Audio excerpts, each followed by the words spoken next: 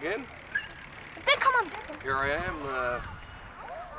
for a field trip edition of In the Library of Graphic Literature with your host, me, Wallace Rye. So of course, as you can tell, I'm outside again. Right here I'm actually in Bannerman Park once again. This is the site of my first field trip edition this year. And so I thought I'd give it another try, especially from this view. I actually really like this view here. Behind me here you can see the bandstand, the Bannerman Street Bandstand. This is where, this actually was a bandstand that I helped save. Actually, they were going to tear it down a few years ago, and I put in a letter to the local newspaper, a graphic letter to the editor, and in the end it helped. So I mean, everyone's out here going mad, even though it's probably around 6:30 or whatever, or 6:45 out here in on the edge of North America. But you can hear kids going wild here. People are biking around, so it's a bit of a fun-filled atmosphere. My friend here is a statue. So this is, if you're thinking, geez, that person that he's standing next to is being awfully quiet or whatever, it's a statue. As a matter of fact, this bench isn't a wooden bench. It's actually made out of metal. So like that. So anyway, such a beautiful day out, and I didn't want to wait till tomorrow, mainly because I have some lettering work that I got to get down to for my buddy Paul Tucker. But you know, it was I don't know, there was just something about it. It was just like, yeah, this is a park day for sure. So okay, I'm going to get to it, but before that, some news. Check out this week's Thursday Comics podcast. We posted it late last night because we were late last night doing it, and next week, of course, we'll be doing, I think it's DC Bronze Age, which is going to be a lot of fun. Wondering how many things will we get to say. Also, oh, hang on a second. My lens cap is beating it back and forth here.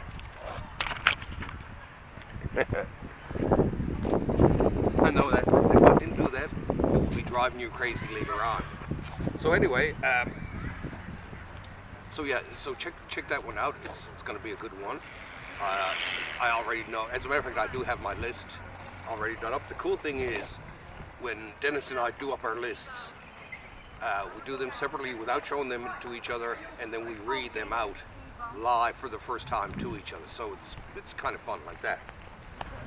Anyway, so check that out. And also, this week, I'm putting out, or not I'm putting out, but for next week on the stands will be the trade paperback for Nobody Is in Control, the comic from myself, Patrick Kinlan, and my good buddy Paul Tucker.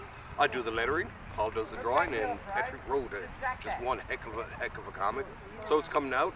Check it out. It's actually a great read. Yeah, check it out. It is a good read.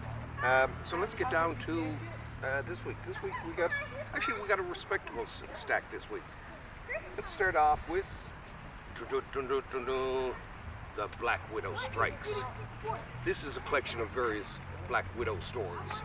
It goes from her first appearance all the way through to her, you know, when she actually starts out as a villain, and then in the end, you know, becomes a good, you know, a hero, and changes her costume in actually an issue of Amazing Spider-Man to her super cool costume.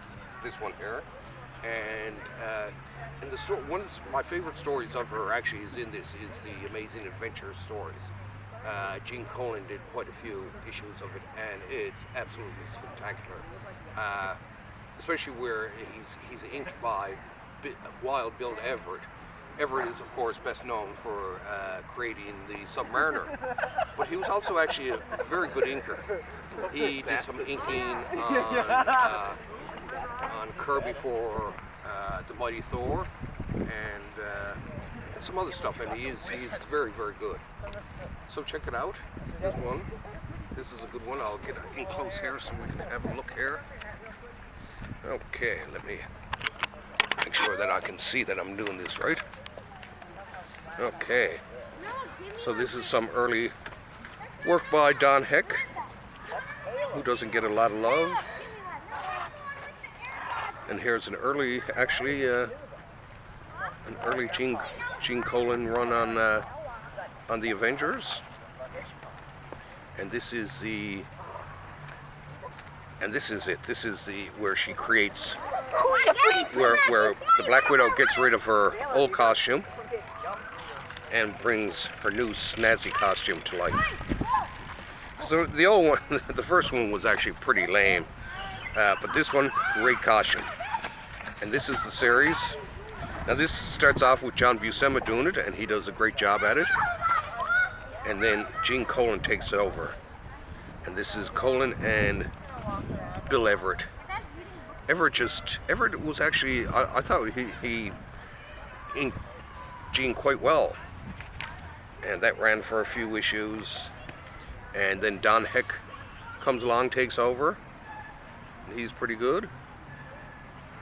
Then back to more Gene Colan. And then there's this one that appeared in a Bizarre Adventures by Paul Gulacy, one of my personal favorites. And then there's the Marvel Fanfare George Perez run, and that's pretty good. And then there was a couple of these other ones. This is now at this point they've switched over to the Frank Miller costume. And strangely enough, they don't have the issue where he switches over to it. But yeah, definitely for you fans of the Black Widow, definitely worth picking up. Now, let's see, what else do we have here? We have here Cloak and Dagger. So let's open this up here. Look, Scooby-Doo, we're coming after you. This is I figured I'd do an opening out here too. Usually I pre-open them before I come back, but no, I won't litter. I will put it in my pocket. Now this omnibus here, this is Cloak and Dagger. This is actually one of my favorite series, especially the limited series that Leonardo did. And the main reason was when I first moved to New York in '83, I read that series, and it really spoke to me because it was talking about things happening on the streets of New York, and it was so cool. And it rang very true to me. So this was the first appearances in the Spider-Man. And then this is it. This was the series. This was in '83, and even this here. This is, of course, for those who've been to New York. This is the Port Authority bus terminal, and the things that happen here with the chicken hawks looking to prey on young girls and stuff like that. I've seen this happening in the streets of New York.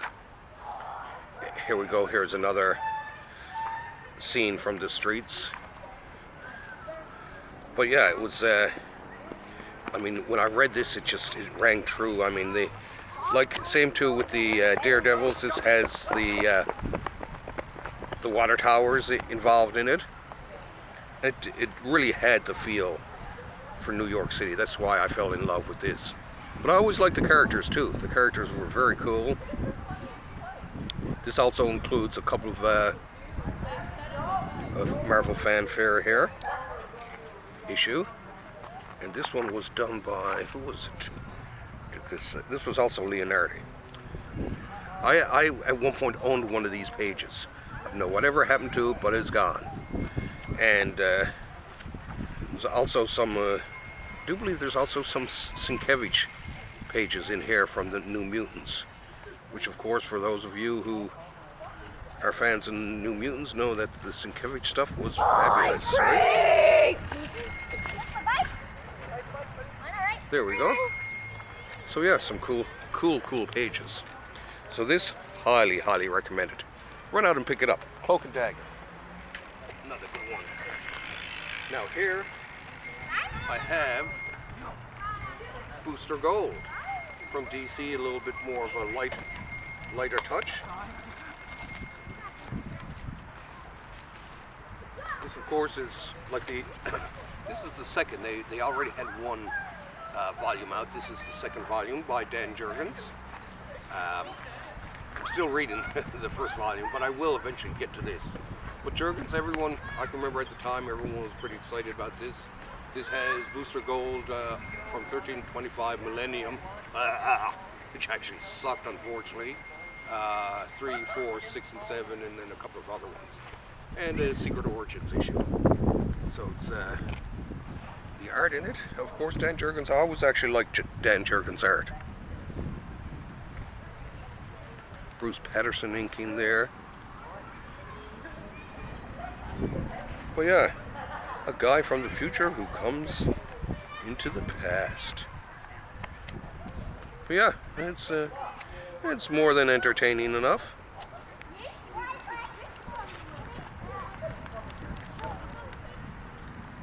There we go, yeah. But yeah, worth checking out. It was kind of a cool character when he was in the Justice League. Of course, him and Blue Beetle sort of became partners with each other, and that's he really seemed to take off from there, right?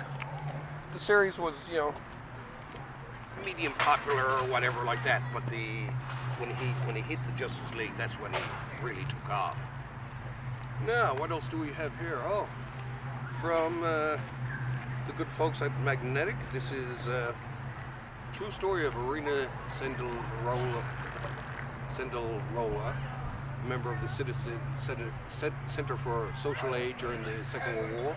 She joined the resistance and saved over 2,000 children from Nazi-occupied Warsaw Ghetto. The artwork in this is actually quite spectacular. I love it. There's a beautiful, innocent look to it, and it's kind of neat to see. It's so deceptive, such innocent-looking artwork covering such a brutal subject. But a subject very important nonetheless. So check this out here. It just has this beautiful simplicity to it that I love. I read most of this, and it is of the first one. It was pretty cool. So like nothing like some good independence.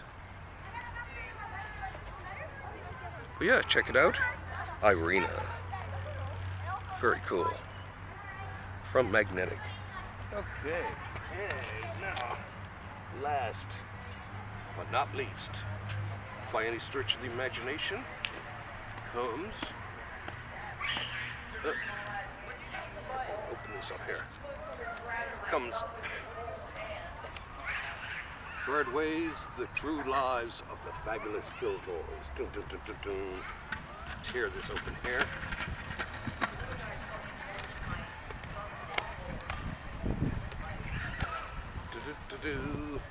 Art by Becky Cloonan.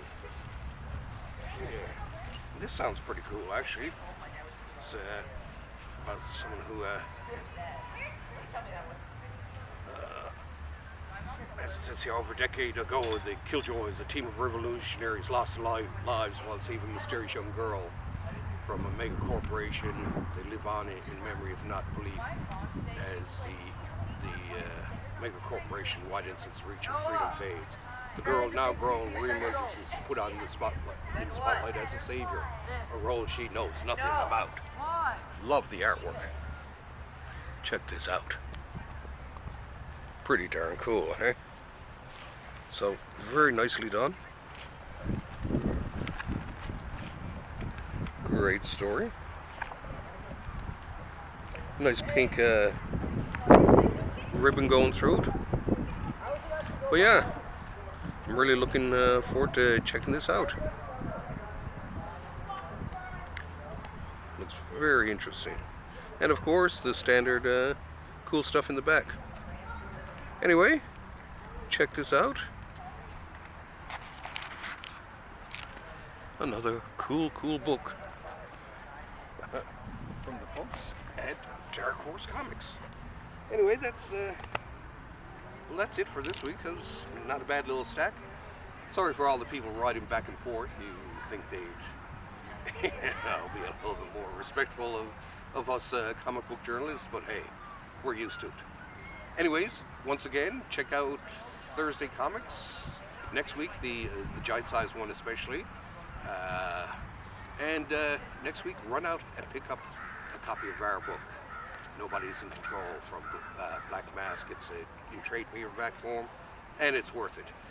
There were some scheduling issues, so there were several months in between, and it kind of broke it up a bit. So this time, I'm expecting a much better reception because people will get to read the whole thing in one go, and it is actually a very good story. So with that, check it out, and I'll see you same time, more or less next week, for another episode of In the Library of Craft Literature. Will I be inside?